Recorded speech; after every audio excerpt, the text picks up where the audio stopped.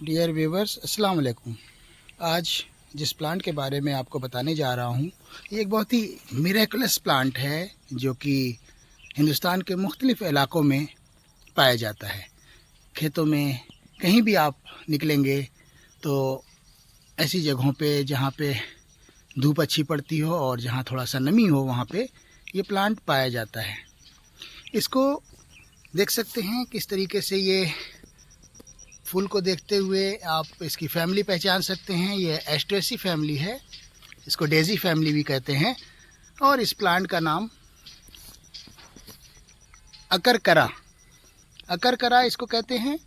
और तिब में, ख़ास तौर से आयुर्वेदिक तिब में इसका बहुत इस्तेमाल है। यूनानी में भी इसको इस्तेमाल किया जाता है। लेकिन एक बात मैं बताना चाहूँगा कि यूनानी तिब में आकिरकरा के नाम से जो प्लांट जाना जाता है वो ये प्लांट नहीं है। इसको अकरकरा कहते हैं। गुजराती अकरकरा या बंगाली अकरकरा कहा जाता है। और क्योंकि ये आकिरकरा जो कि यूनानी तिब में इस्तेमाल होता है, इसके अफ़ाल उससे बहुत मुशाबहत रखते हैं, इसीलिए इसको अकरकरा कहा जाता है। तो जो यूनानी तिब में आकिरकरा है, आप इससे कंफ्यूज ना हो, ये वो प्लांट नहीं है। यूनानी तिब में इस्तेमाल होने वाला आकिरकरा वो एनासाइक्लस पाइरेथ्रम के नाम से जाना जाता है। और ये प्लांट जो अकरकरा है, ये स्प्लेंथस, इसकी मुख्तलिफ़ किस्में हैं जिनमें स्प्लेंथस एक्मेला, स्प्लेंथस ओलिरेसिया, स्प्लेंथस मॉरिशियाना वगैरह होती हैं। तो ये ख़ास तौर से दांतों के दर्द के लिए बहुत ही मुफीद बताया जाता है, इसीलिए इसको टूथ एग प्लांट कहते हैं। टूथ एग प्लांट यानी दांतों के दर्द के लिए मुफीद प्लांट होता है। ख़ास बात इसमें यह है कि इसको चबाने से, इसके फूलों को अगर एक फूल चबाया जाए तो टिंगलिंग सेंसेशन होता है और सलाइवेशन बहुत बढ़ जाता है। तो इसी टिंगलिंग सेंसेशन की वजह से इसको टिंग फ्लावर भी कहते हैं।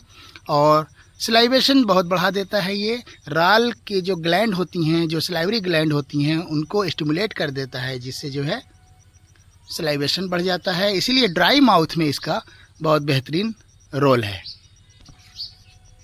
इसका एक नाम इलेक्ट्रिक डेजी भी है।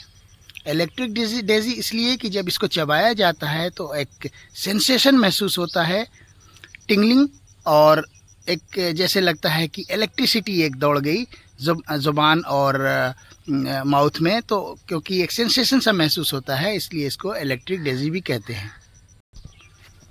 इसको आई बॉल प्लांट कहने की वजह यह है कि ये इसके जो फ्लावर आप देख सकते हैं कि आई बॉल की तरह गोल गोल से फ्लावर होते हैं, इसलिए इसको आई बॉल फ्लावर भी कहा जाता है।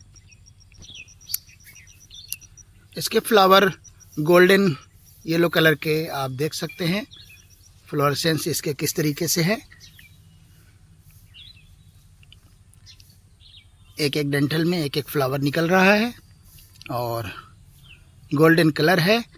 कुछ स्पेसीज जो होती हैं उसमें रेड कलर सेंटर पे जो है रेड कलर में होते हैं। तो यानी कि ये गुच्छा होता है मुख्तलिफ फ्लावर्स का, जो एक हेड की शक्ल में बनता है, कंपोजिट होता है। यही वजह है, इसीलिए इसको कंपोस्टी फैमिली में रखा गया है। अगर इसका टेस्ट देखा जाए तो इसको चबाने पे बहुत ही पंजेंट टेस्ट हासिल होता है, जिसकी वजह से इसमें सलाइवरी ग्लैंड को ये स्टिमुलेट करता है। और यही इससे एक्सट्रैक्ट हासिल किया जाता है और ऑयल निकाला जाता है, जिसको जंबो ऑयल कहते हैं। मुख्तलिफ फूड्स में और चीविंग गम है, चीविंग टोबैको है, उसमें जो है इसको फ्लेवरिंग एजेंट के तौर पे शामिल किया जाता है। बहुत ही कूलिंग इफ़ेक्ट होता है इसका चबाने पे, इसीलिए इसको दांत के दर्द में इस्तेमाल करने से फ़ौरन आराम मिलता है और ये एनेस्थेटाइज कर देता है, जिसकी वजह से जो है दांत का दर्द में फ़ौरन आराम मिल जाता है। इसके अंदर जो स्प्लेंथॉल पाया जाता है वो इसके साइलोगॉग यानी कि सलाइवेशन का कॉज बनता है और उसके जो है एनेस्थेटिक इफ़ेक्ट का कॉज बनता है। ये मुसक्किन दर्द है, ये प्रोस्टाग्लैंडिन को कम करता है, इसलिए जो है ये पेन के एहसास को ख़त्म कर देता है, जिससे दर्द महसूस नहीं होता है।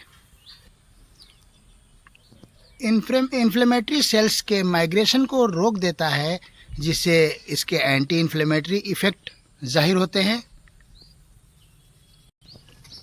इसमें रेमनोगैलेक्टुरोनान नामी कार्बोहाइड्रेट कॉम्प्लेक्स कार्बोहाइड्रेट या पॉलीसेक्राइड्स होते हैं, जो इन्फ्लेमेटरी सेल्स की ग्रोथ को रोक देते हैं।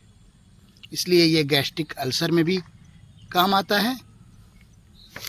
उसके अलावा ये डायरेटिक के तौर पे बहुत ही फ़ायदेमंद है। पेशाब में जलन महसूस होती है, उसको कम करता है, इन्फेक्शन को कम करता है।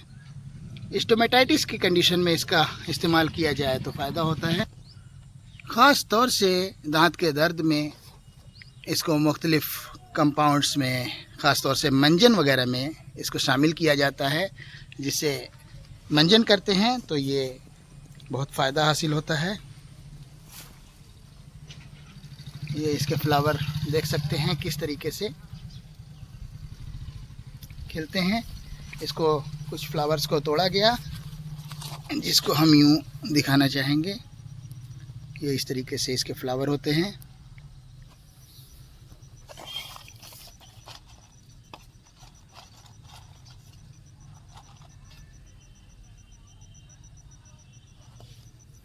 अब इसके साइड इफ़ेक्ट, कॉम्प्लिकेशन या कंट्राइंडिकेशन की बात करेंगे। इसको ख़ास तौर से प्रेग्नेंट लेडीज़ को तो बिल्कुल नहीं लेना चाहिए, कंट्राइंडिकेटेड है। इसी तरह अगर डेज़ी फैमिली के फ्लावर से एलर्जी हो जिन लोगों को, उनको भी इसका इस्तेमाल नहीं करना चाहिए। जो लोग डायरेटिक्स ले रहे हों, तो क्योंकि ये डायरेसिस को बढ़ा देता है, तो ऐसे लोगों को डायरेटिक दवाओं के साथ इसका इस्तेमाल नहीं करना चाहिए। इसी तरह प्रोस्टेट ग्लैंड में स्वेलिंग है या कैंसर प्रोस्टेट का है, तो ऐसे लोगों को इसका इस्तेमाल नहीं करना चाहिए।